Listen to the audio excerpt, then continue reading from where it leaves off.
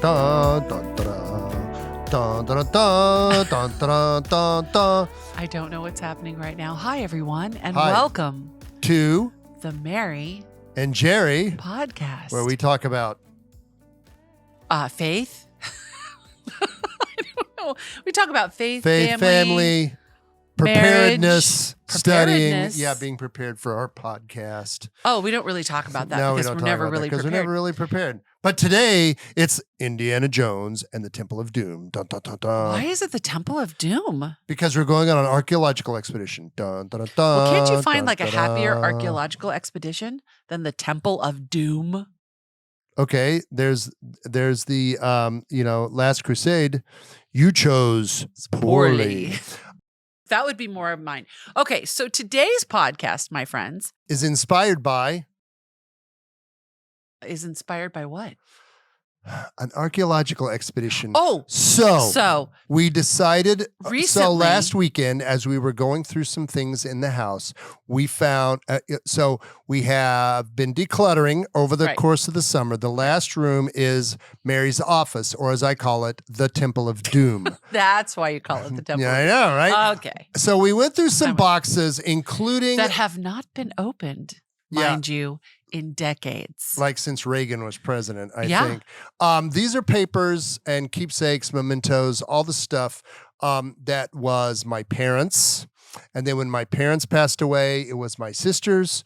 And then when my sister passed away, it became ours because it's like all the family history, right? You always have that one member of the family that's like the family genealogist. I was going to say genealogist, like da-da, make your 3 wishes, da-da. Like I Dream of Jeannie. Like I Dream of Jeannie. Okay. Genealogists Wow, that like, we're just so do you remember your great uncle Albert on your dad's side? And I'm like, no, sorry. I don't remember, well, he was dead by the time you were Yeah. born. So, right. But there's always that one family member Right. that is the person that Correct. goes to, what is that website?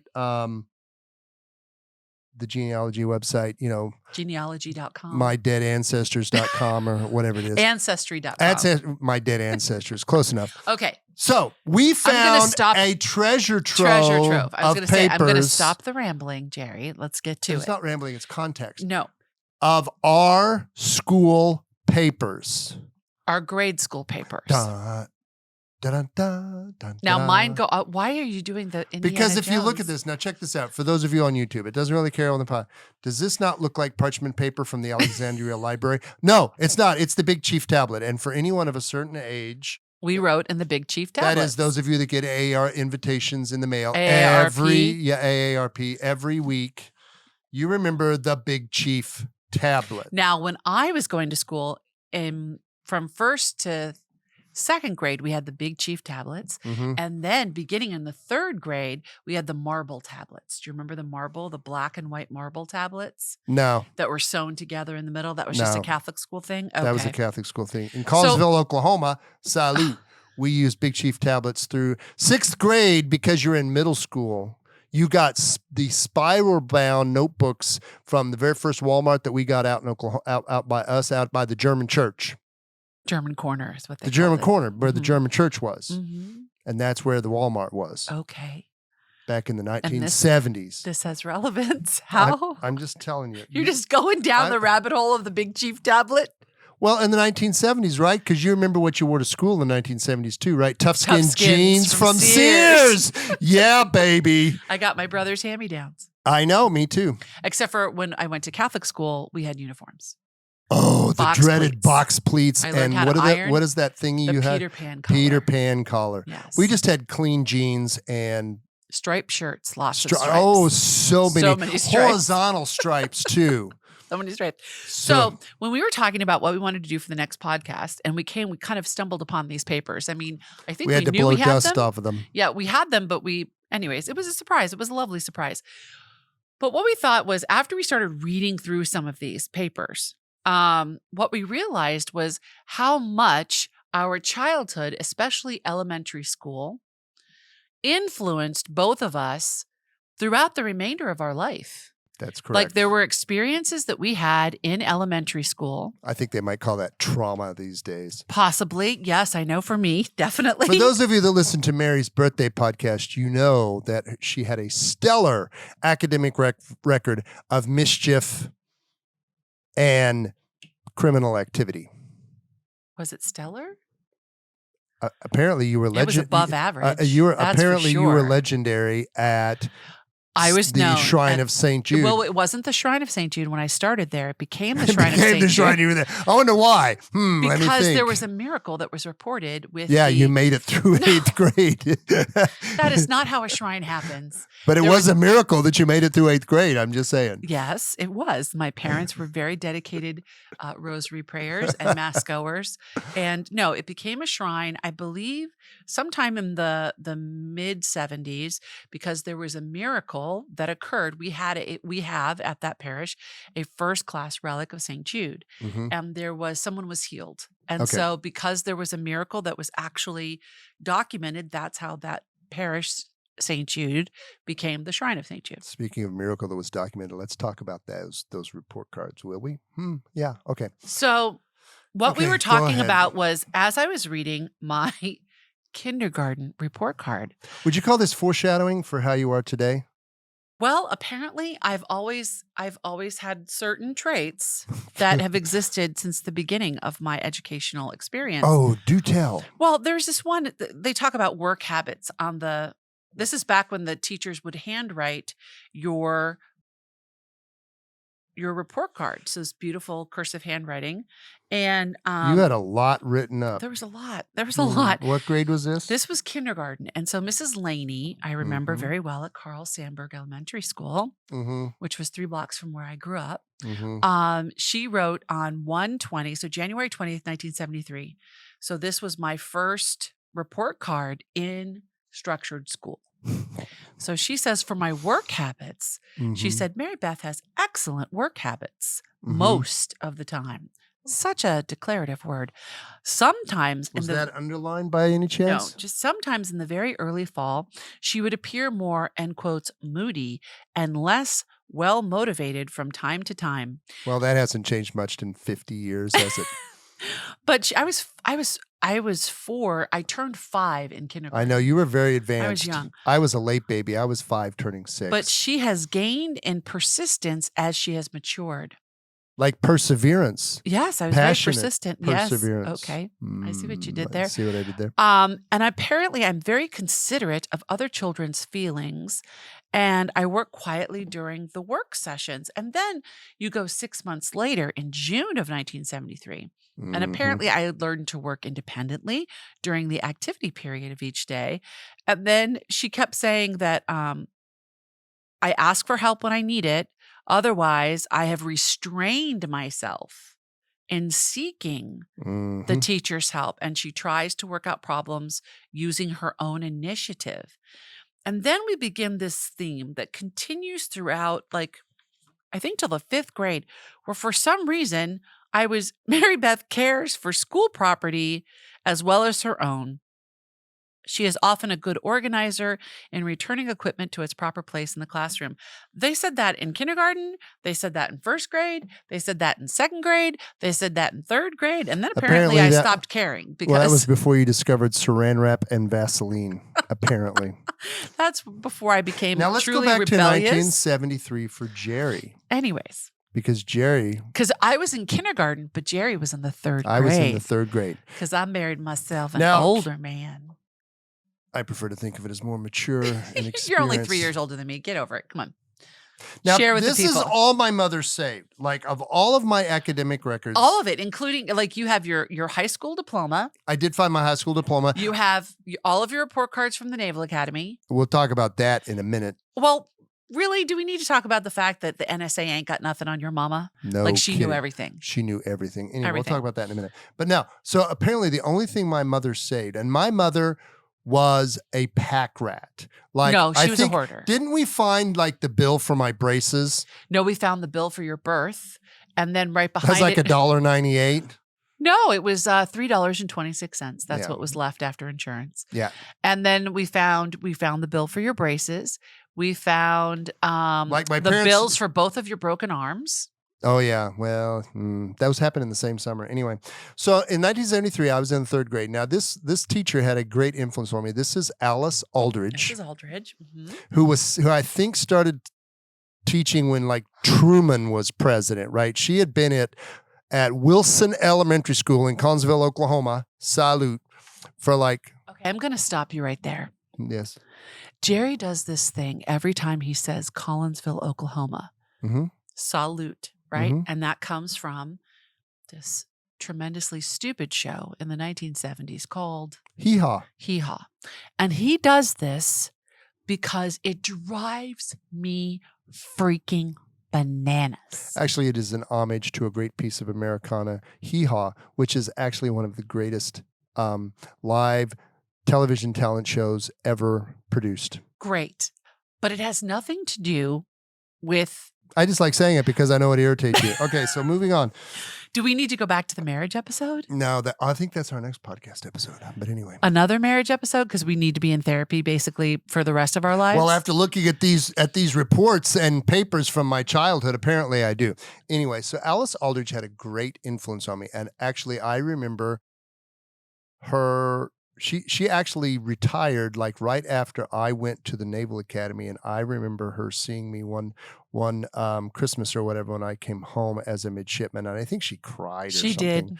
Because she remembers me back in the third grade. Now let's go in the way back. This was the year that Jerry cut off the legs to his turkey, his Thanksgiving turkey. So for those of you that are on the video, this doesn't very well carry over to the podcast, but on this particular page, this is my spelling test that I got a 90 on. 90, you missed one word. I missed one word, and slow down and think. Okay, now why was Mrs. Aldridge, I was reading through these papers of yours, and this woman like was not always gentle. She was not gentle. Oh no, see, so if you ever wonder why boomers are the way we are, why is the boomer in chief the way the boomer in chief is?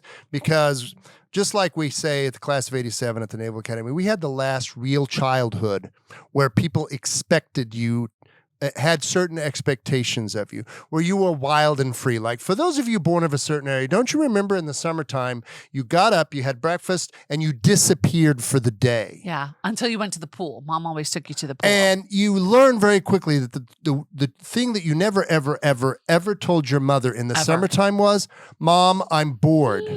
That is just bad. Because you would find yourself on the working end of a mop or a sponge. Personally, for me, it was the working end of a toothbrush, a bleach and water solution, and 1-inch ceramic bathroom tiles. So like every summer of my growing up, my parents had absolutely no idea where I was during the day. My mom always knew where we were. I was somewhere in the town of Collinsville. Exactly. She knew we were somewhere in the neighborhood, and she knew that, she didn't know exactly what we were doing. I mean, we would always go to the big field behind the house and play, or we'd go up to the basketball courts. The point is, they had absolutely no clue where they were. And as my daddy would say, well, don't worry, he'll come home when he's hungry.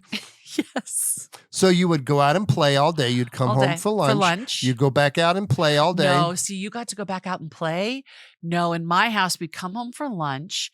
First of all, in the morning, because I had trouble learning how to read. So in the morning during the summer, the first hour of the morning, I would have to do they called it SRA. So this learning program, I whatever. remember that. The SRA. Mm-hmm. So I would have to do my SRA work, and then I could go play, and then we'd come back in for lunch.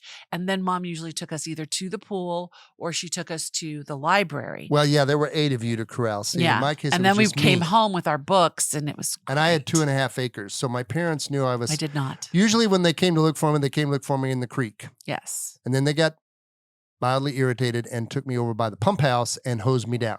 And if you ever had the world's coldest water, it comes out of the pump house. Anyway, so this is my next math test. Again, I got a 90. This is actually, here, video evidence for those of you on video. It says, all right, Jerry, war on you has been declared. Now, why? Let's go over why Mrs. Aldridge would say this. Work because you didn't write your letters clearly. And apparently you didn't check your work. I was in a hurry, and I did not check my work. And Mrs. Aldridge knew to expect better of you. Now, sometimes she would go, You see, I told you that you could do it, didn't I? I'm very proud of you. That was few and far between. So, Jerry, what was it that you were deathly terrified growing up? Oh, the worst weapon in the world besides Catholic guilt, You weren't Catholic, you were Lutheran. I know, is Eleanor Pearl disapproval. That's your mama. And that was my mama. Eleanor Pearl disapproval. That was a bad thing. Now, Jordan, do you think you could have done better? Ouch. That was like every Wednesday for me. Now, Jordan, was that your best effort? Oh, my dad Ouch. used to ask me that all the time. Right. Mary Beth, was that your best effort? Oh. Well, like on that day, maybe, or not. So yes, childhood definitely forms you as an adult, doesn't it? Now, I It do wanted to does. go back into some history of the Grouchy historian. If He's you very ever- proud of this. Oh, This yes, was if you- the whole reason for this podcast. If you want to know why Here we're you go. doing this podcast, It's because Jerry found the origins of the Grouchy historian. That's right. We go way back into the mists of time. Dun, So dun, in dun, 1973, in the third grade, there was a tie for second place on your patriotism essay essay. contest. So read it, honey. First of all, this is the best handwriting I've ever seen of yours. Yeah, this is ever. back when we learned cursive, or as I like to call it, boomer encryption, because no millennial can read cursive because they're not. I they love don't learn this. it Are you anymore. ready? It You says ready? patriotism, Mhm. exclamation point. Exclamation point. What does it mean to you? Exclamation point. To me, it means freedom. Back in 1776, we couldn't do anything without asking. That's I was right. unaware. But we fought for freedom and got it. Boom. We set up the Constitution of the United States. There you go, baby. Right there. 1973, at the ripe old age of 8. Constitution. Boom. We also set up freedom. Apparently, we We the set up United freedom. States, set up freedom. That's No, right. that's That's incorrect. right. But okay, Merca. we in the U.S. have opportunities we should use. There are freedom of speech, religious freedom, freedom from want and fear. Now, that's a very famous quote from who? From FDR. From FDR's FDR. 4 freedoms during World War II. See? Boom. And then you go on to say we should respect the flag. Just think, if we didn't have the flag, what would we use to stand for our country? We should all participate in the bicentennial groups. Okay. Because that was 3 years Right before the bicentennial. We should be glad to live in this country, shouldn't we? Question mark. Merca. Be happy we can make up our minds on what right and wrong. Oh, there's no apostrophe S. On what right and wrong for our country. What's right and wrong? Okay. I actually it made was a the grammar. 3rd grade. Yes. We have There the was right no to spell vote check back then. and petition our government if we don't like something. Wow. Do you think maybe you should start teaching that now? Wait. I know. We should weird, care for our isn't it? country. We can be anything we want and do anything we want. If you were, I don't know what that says. Here, let me if you decipher were, it. if you were patriotic, you would respect your country That's right. and its laws. You should work for your country and love it. You should respect famous people's birthdays and celebrate them. We should That's not Taylor Swift. That's like George Washington we should or care Abraham for our Lincoln. flag and take care of it. The flag stands for something important. Red is for something and courage. Sacrifice. Hardness? No. What is that? Hardness and courage. I guess. White is for purity and innocence, and blue is for justice. I had no idea that's what those meant. Dun-dun, Okay. dun-dun, dun-dun, We should dun-dun, respect the laws of dun-dun, our country. dun-dun, Without dun-dun. laws, we could not bring the guilty down to justice. Boom. We should respect July 4th, 1976, for our 200th birthday and for freedom, patriotism. Now, what does it mean to you? Boom. The grouchy historian, right? Wow. There you go. Wow. And if I were to go into my 3rd grade, this is where Mary would start to see this letter called I, as in needs improvement. Apparently, language, arithmetic, reading comprehension, I. And then what I'm really fascinated by was deportment and effort. Was that an I? Big ol' I's, capital, Capitalized. bold. Bold. So apparently I started to have some issues. Well, Mhm. actually I didn't start. I pretty much was born a rebel. But yeah. And apparently I wanted to be a ballerina. Or you wanted to look like Dorothy Hamill. I did in the 4th grade. I got the Dorothy Hamill haircut. I Mhm. did. She was the most famous skater. She had won at wasn't it the 1976 Olympics, the Winter Olympics, that she won her gold medal? I think so, yeah. I'm Not fairly really certain. sure. I don't know. But then we go on and apparently I was very I did the shot put in the 5th grade. I don't remember doing the shot put in the 5th grade, but I did. I also ran the 440. Yeah, there you go. So I ran. You don't run so much far now. away. You just kind of walk to the fridge. Look at this. Like I was getting D pluses. Ooh, I failed my first quarter of mathematics. Shocking. What'd you do in religion? This is in 5th grade.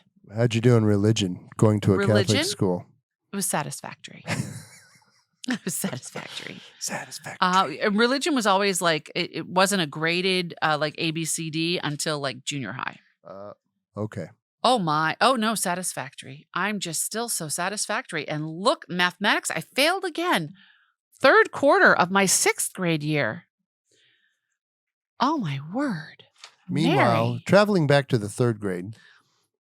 Here's an actual letter. Here you go. Again, for those of you watching on video. That's right. I did not use a quill pen, just to be clear. It says, Dear Mother and Father, don't forget to come to open house tonight. You may come anytime from 7 to 9 o'clock. O'clock. And underline, please double underline. Don't forget to take me. Apparently you went to like back to school night? Much love, Jerry. Oh, I don't know. Maybe I did. Okay, this is my favorite. But what's your favorite thing that I wrote? This is in my the absolute 3rd favorite grade. So, Keep Jerry. in mind, 3rd grade. Okay, so Jerry, how do I describe this situation?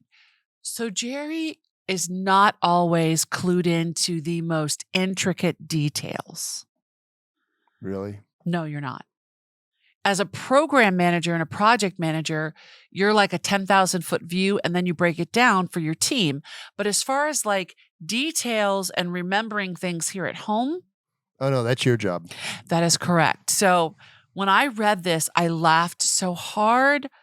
I was almost a bathroom I'm just like, emergency. honey, what are we doing tonight? What is the only question I ever ask at home? What's for dinner? That's right. That's all I need to know. Everything else. Okay, that is incorrect. You ask me lots of other questions, usually when you see a new pair of shoes, but I'm just saying. So this is my favorite piece from Jerry's 3rd grade year, which is the only papers that we have for you. Uh-huh. He had to write a description of his father. Hey, that's right.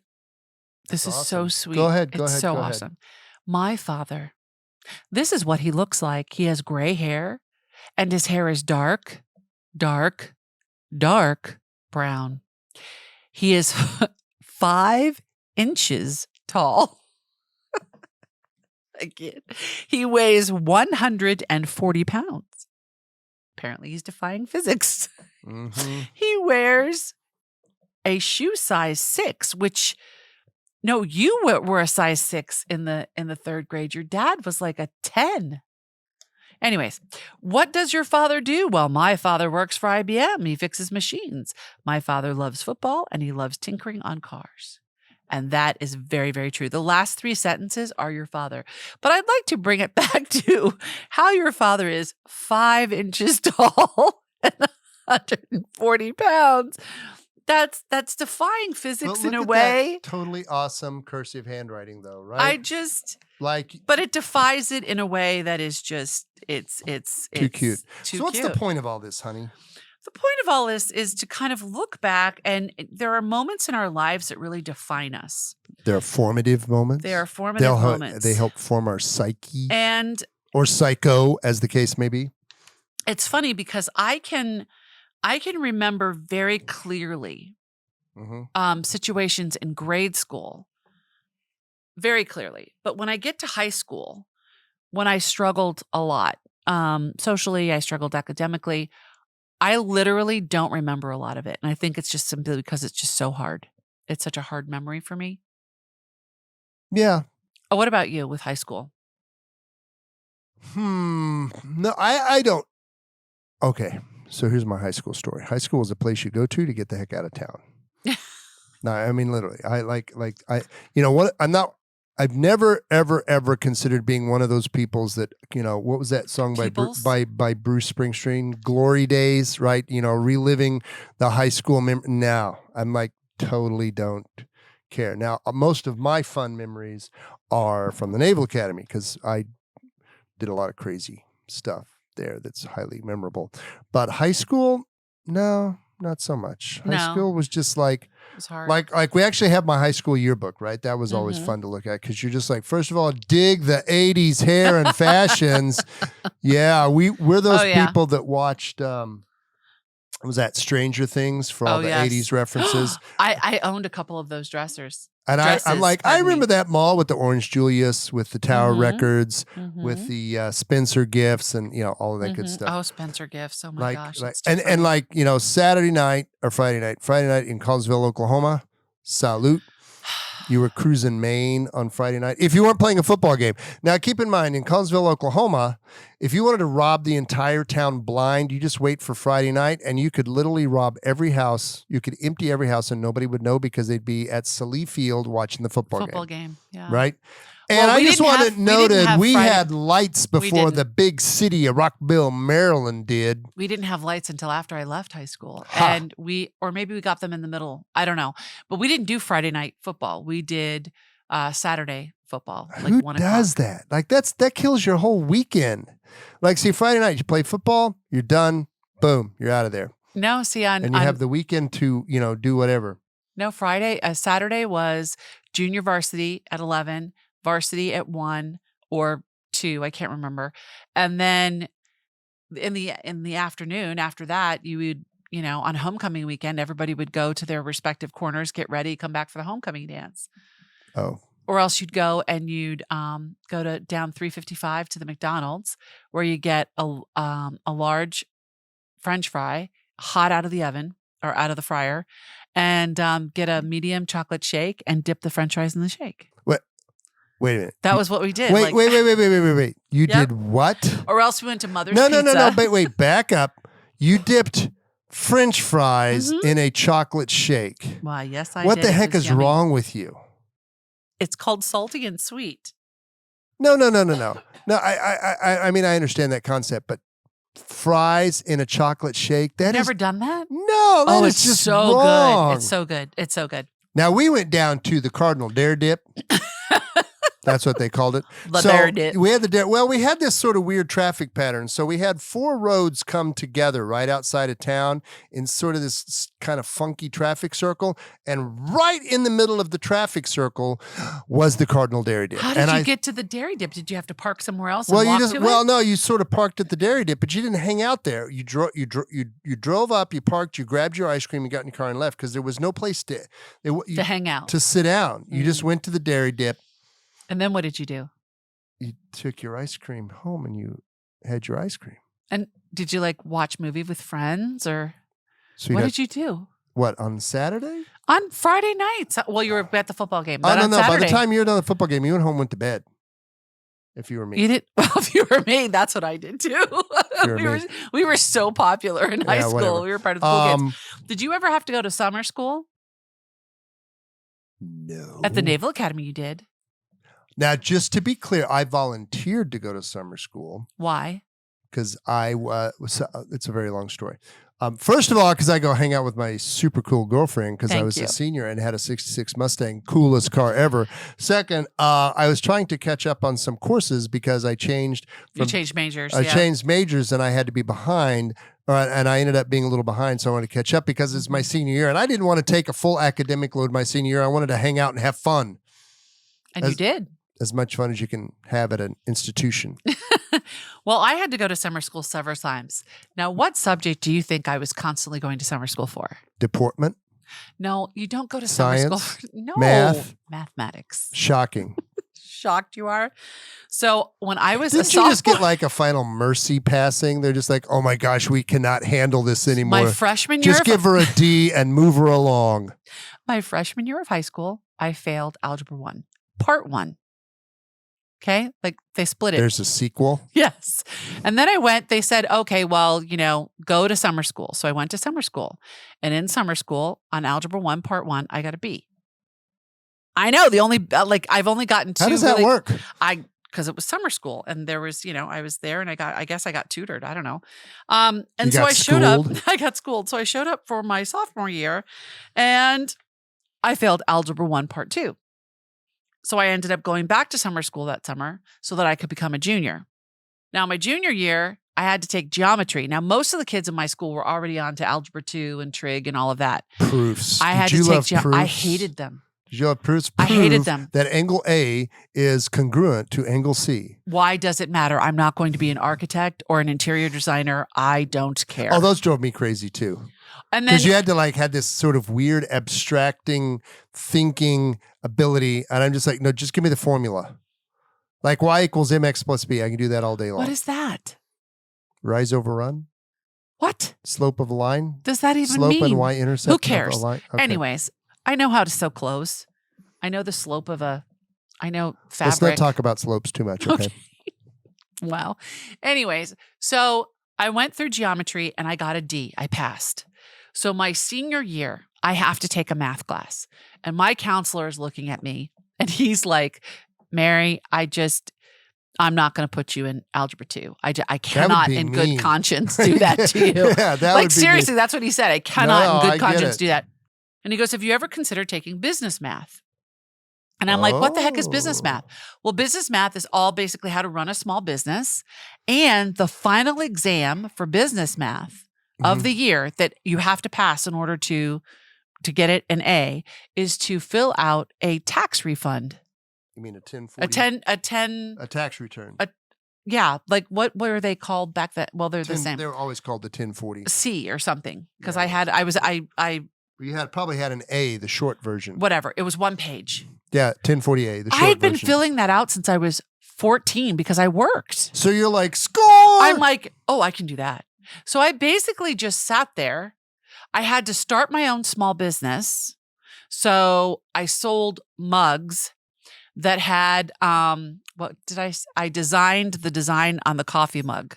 I didn't even drink coffee at that point, but I saw my future and my love of coffee even then. Apparently. I was very forward thinking. And I had to design like Rockville High School because that's the high school I went to, Rockville Rams. So I designed, I had a friend that was in the graphic arts class. So I used to bring the bags of peanut M&Ms and I would give her one for every design she did for me. Well, that's a small business thing. You're basically paying for a service. Right. And You're then I helped her consulting services. And then I helped her make her prom dress because I had already taken home ec and I knew how to sew. Well, there you go. So we bartered, right? So we learned bartering. So I didn't have to actually, but I showed up I got an A in that class. That's the only time I've ever gotten an A in mathematics because I was running a small business. Well, and here we are 40 years later. I'm running 3. Uh-huh. Yep. But anyways, as we were talking about this, you might be listening to this going, oh my gosh, who cares? Well, what we realized was we have not changed a lot at our core value. Would you say? No, you definitely bring your childhood into your adulthood. Yeah. Shocking. But I mean, yeah. Well, you are a man who other people's opinion of you, especially in the professional realm, holds great weight. Yeah. And how you do your job. Well, yeah, obviously. Well, I know, but I mean, I didn't care. I've worked if you don't like how I'm doing my job, and if you're somebody in a position over me and you feel that I'm doing something that's hurting the company, then I will listen. Right. But if it's a personal opinion on, well, I would never do it that way, or I would never do, I don't, whatever. Great. You do that in life a lot too. I do. There are 2 people that I care about their opinions. God and you. Okay. Just checking, making sure I'm in there somewhere. Yeah. The Holy Trinity and you, and maybe my best friend, Christine, because, she's my bestie. Okay. But wow. Anyways, when we were walking through this and I'm looking at deportment, I am looking at effort. I'm looking at failing at math. I think for me, there was a lot of shame growing up. It flew around the classroom like it was the air, the teachers really they would. The teachers did not care about your feelings or your no. self-esteem. There was humiliation involved You either as motivation, performed or you didn't. or you didn't, right? And It's very, very different from today's classroom. No, everybody did not get a participation trophy. Nope. Right? You earned that sucker. Like if you were in first place, you earned that bad boy. Yep. And particularly my parents, for all of us, all of my siblings and I, they're like, the one thing that I hate in life most, Jaredon, is someone that does not live up to their potential. Oh, wow, that's a strong statement for the. But see, that's my dad. Grader. My dad and my mom were the same thing. That was their generation, right? Yeah. You did not waste your talent or your potential because you were lazy and didn't want to work. There's a phrase that I would use that I can't because we're on a family podcast, but it starts with "suck it up." Suck it up. And get it done. And get it done, yeah. Right? Definitely. And they don't care about your feelings. They you get it done. Get her done. And I had apparently a lot of feelings because apparently I was not only moody in kindergarten, but I was quite moody in 5th grade and very moody in 7th and 8th grade. And still moody at 55. 6. Thanks. Wow. Just you don't even know how old your wife is? I just ignore it. Age is just a number. Details. Did I say what I say? Details. So, Jerry. Yes, dear. How would you, if you could go back, knowing what you know now, what would you do differently? In what? High school? In grade school and high school. What would you do differently? Honestly, you know what I think I would do? I mean, absolutely no kidding. You know what I think I would do? What? And I would probably suck at it, but I would do it anyway just to say I did it. What? I'd probably go play football. Really? Yep. I think you would have. You love sports, so you just didn't have a lot of confidence in yourself to play sports. Yeah, I have no idea what I would have done or if I would have been a bench warmer or whatever.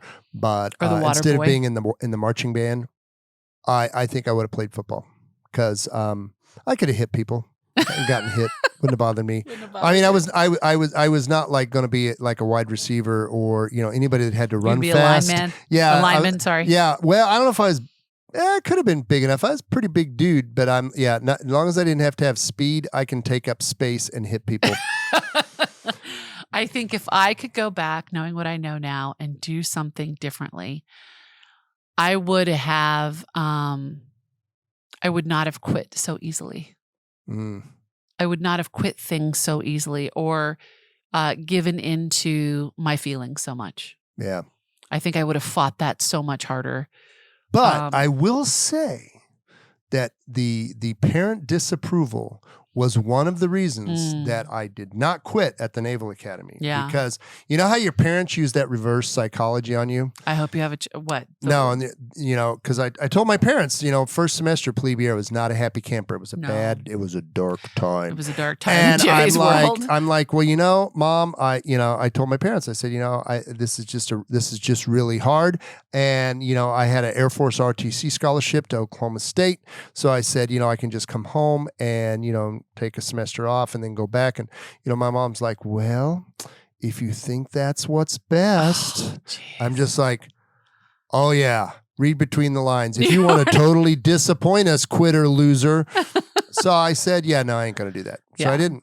And now back to the NSA thing. So what I also found out later after my mom and dad both passed, we were at my sister's house one day going through papers, having so many papers. A voyage of self-discovery. And I found an entire notebook, binder book, one of those big photo binders. That was my entire Naval Academy career. And I go, because we used to get quarterly report cards. My parents, my mother, not my dad. My dad wouldn't have given a rat. Oh yes, he would have. I'm sure he read every single one My mother saved every report card I got at the Naval Academy. And I'm like, what the heck is this? And my sister's like, what? I said, I didn't know that my parents were getting my report card. And she's like, oh yeah, your mom signed up for it, like Parents Weekend, your plebe summer. And I'm like, they never told us this. Now, my parents never said a thing. They're like, so how's school going, Jaredon? How's your grades? Your parents really believed in natural consequences. They really did. Didn't yours? My parents were very authoritarian, and So the way my dad parented was, if you don't, I will. Oh no, my parents were, if you don't, you're going to suffer the consequences. Right. And my mother was that way. My mother is like, well, if you Your don't do mother's that, still then like that. well, yes, you're gonna have to pay the price. But I was so determined to do it my way. Still are. And you know what? Is that a bad thing? Sometimes. When is it a bad thing? When it comes to the budget? Yes. When I don't do it your way. Correct. Okay. When it comes to the budget. But I think what that did for me was that gave me a backbone to be able to weather the whole like not popular, super popular, all that stuff in high school and college. And by the time I hit my like 35, I was like done. Well, that was our parents. Our parents are like, you go figure it out. If you had a problem with somebody, you go figure it out. If you are having a challenge with something, our parents were not helicopter parents. No. So, okay, so here's a question for you then, Jerry. Then why did we become helicopter parents? Because we were. That is one of the great mysteries of life. No, it is. Because that's... Like, they weren't helicopter parents, totally but were. we became helicopter parents. I know. I mean, we talk with our son about this sometimes, and he's like, you were in it, all of it. And we paid the price for it. Well, yeah. Right? Because at the end of the day... Kids have to figure it out. We were both of us were at a certain determined to do things our own way. Yeah. And to make, we, as my daddy used to say, son, you're free and over 21. You graduated from college. You're on your own. You're no longer my responsibility. You're no longer my responsibility. And I and that's the way it was. That was our generation. When you graduated high school, you had a couple of choices. You could join the military, right? Go to work. You could go to work, or you could go to college. And that was it. Like you weren't. And nobody judged. Like it wasn't like you're not going to college. I mean, there wasn't this sort of like a social. But that was the deal. That you had to go and do something specific. What do they call them? The kid boomerang. There was no boomerang children. No. You got your butt out the house, and unless like some huge calamity happened, like you lost your house in a tornado or something, or job loss or death in the family, you did not come back home. You're like, Mom and Dad, I'm going to move back home and go to graduate school. No, you're not, son. Well, you can go to graduate school, but you're going to get a job when you figure it out how to pay for it yourself. So yeah, that was. I just find generation. it fascinating that we were so. But see, the pendulum swings though, right? Because now, well, our children are very like, I'm not going to parent like you are, and I'm like, good. But we weren't perfect. But I said, but yeah, it is kind of a generational. Yeah, it's interesting because yes, our children are very independent, like we were. They're awesome, and I'm like, cool. So. Anyway, it's interesting. I just find it all fascinating.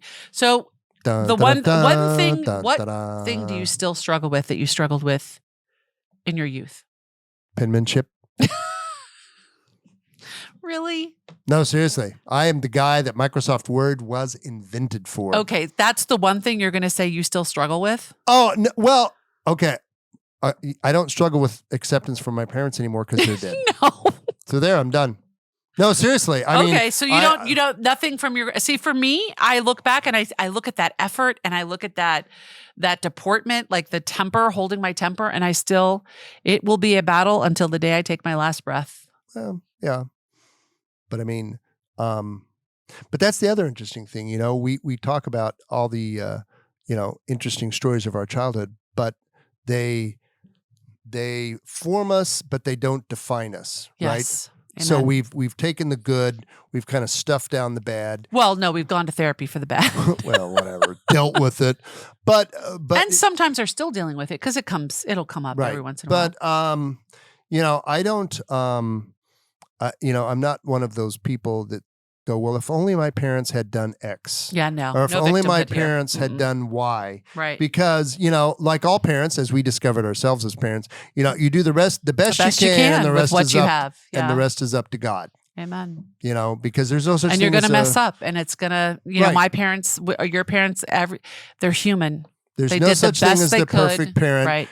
And, if you're one of those people that your children never ever say to you, well, you didn't, love me, support me. You didn't, you loved whatever. Good for you. My experience is, and we have a very wide circle of friends who all have adult children now, and we talk to them, and we're like, your kids. Everybody says the same thing, right? Like, yeah, well, gosh, Mom, if you had done it this way, well, okay, but Mom did her best at the time, right? And we tell our kids all the time, thing. like we did the best we could. But one of the things that you don't realize as kids, but you realize later, is your parents are learning how to parent at the same time they're parenting you, right? It's OJT. Exactly. There is no manual, the Dr. Spock baby book. No, it didn't really. It's trial and error. Yeah. Unfortunately. Yeah. As it has been for generations before. That's right. So we're still, I think I got an S in effort and deportment today, which is satisfactory. I'm feeling pretty good about that. Okay. I haven't failed math in a long time because I don't do it. I just hand Jerry the checkbook and he can take care of it. Mm-hmm. And I can bake and use math. I do fractions really well. Yeah, when it comes to baking. Yes, when it comes to baking. But anyways, I would you have changed your child? I wouldn't change. Would you have changed your childhood? I wouldn't change anything because I think when we go back and we start thinking about regret, I had a pretty happy childhood. Regret, as my dad used to say, don't waste a moment on regret. It is what it is. Yeah. So make the best of where you are. Yeah. You can't change the past. Yeah. So, I just really have kind of gleaned to that, especially the older I get. Okay. So now, my friends, it's time for the not so newlywed game. Okay. Bum, bum, bum, bum. Am I answering for? I should be answering for you. No, this is actually a question for you. For me to answer about me? Or can I guess? No, listen to the question. Okay. Because you're going to answer this. What book do you believe I would most benefit from reading? The Bible. Okay, besides that, that's like, come on. How to Make Friends and Influence People. Okay, fair enough. Let's see. What about me? Let me think about that for a second. And don't say Sun Tzu, Art of War. No.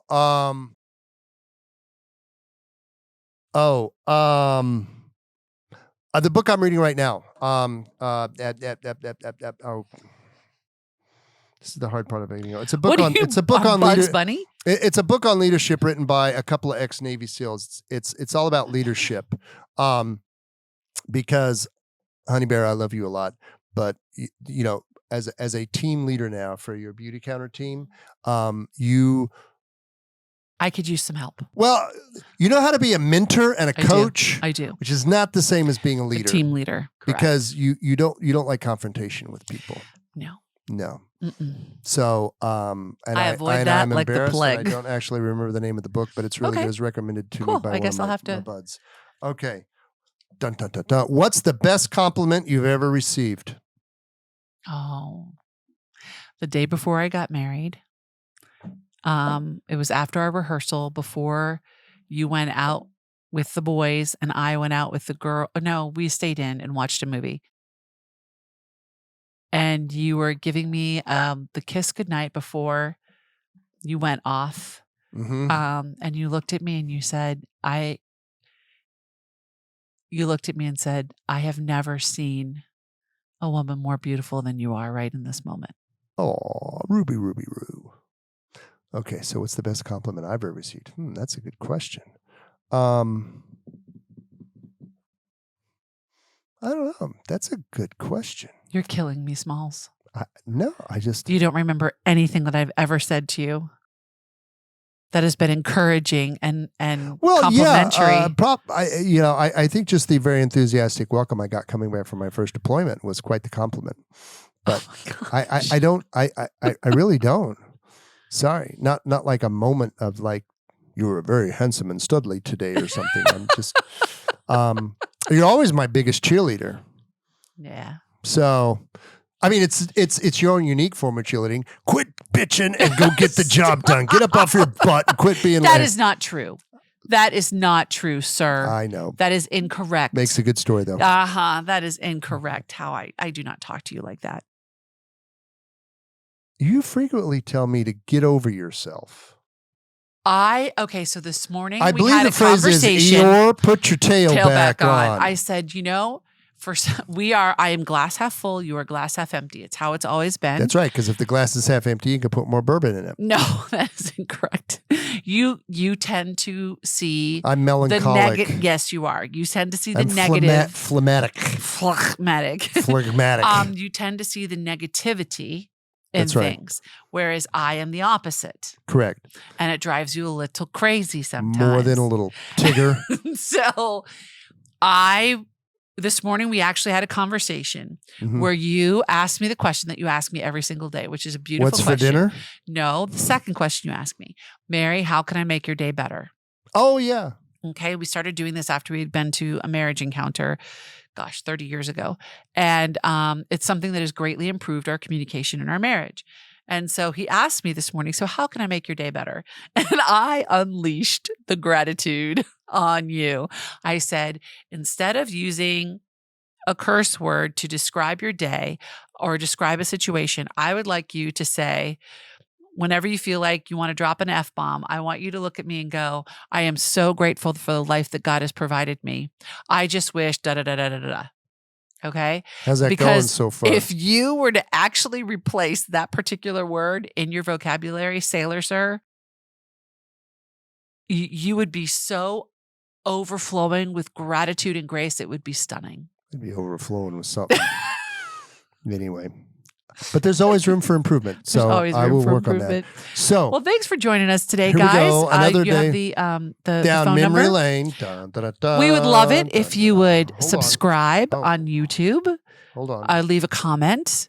We would love it if you would hit the follow button On wherever you listen Apple to your podcast, or Apple, Spotify or whatever. Also, leave a what kind of rating, Jerry? 5-star, baby. Jerry only accepts 5-star. Only accept 5-star. And you can always call or text us at any questions or any questions, comments, recommendations, or if recommendations for future ideas for a podcasts. podcast at 571-354-0351. That's right, 571-354-0351. Operators are standing by. You can text, you can call, you can leave a voicemail. Booyah. That is the Mary and Jerry podcast, that line. Dun, dun, dun, dun. So, until next time, my friends, we would love. Do you want to leave them with a question? What question? What's for Tell dinner? us what. Go ahead and leave a message and tell us, or send a text. Tell us what your favorite memory is of elementary school. I would love to know. Oh my gosh. Now what's scary is some of these people have only been to elementary school like 15 years ago. I know, they're youngsters. So what is your favorite memory from elementary school? Recess. Specific event. Recess. Oh my God. That's all I got. Mine was when I was in 8th grade, I got to be the Our Father of the third joyful mystery in the Living Rosary, where everybody was. Is that like the thing where, Our Father, where like the whole class does like Lincoln's Gettysburg Address? 7 years ago. Except for I got to say the whole Our Father, which was a pretty big deal because it's the longest prayer in the Rosary. Oh, but you had memorized it, so you were in advance. I was in 8th grade. I knew it very well. Okay, yeah. But I got to wear a brand new blue dress because it was during the May crowning. So it was really all about you got a new dress. And shoes. And I looked really pretty. And there you go. There, my friends, is Mary's life in a nutshell. I got to do the Our Father, and I got a new dress and shoes. Oh my gosh. There you go. Boom. Anyways, thanks for joining us, guys. Tapping Until out next Fight time. Club.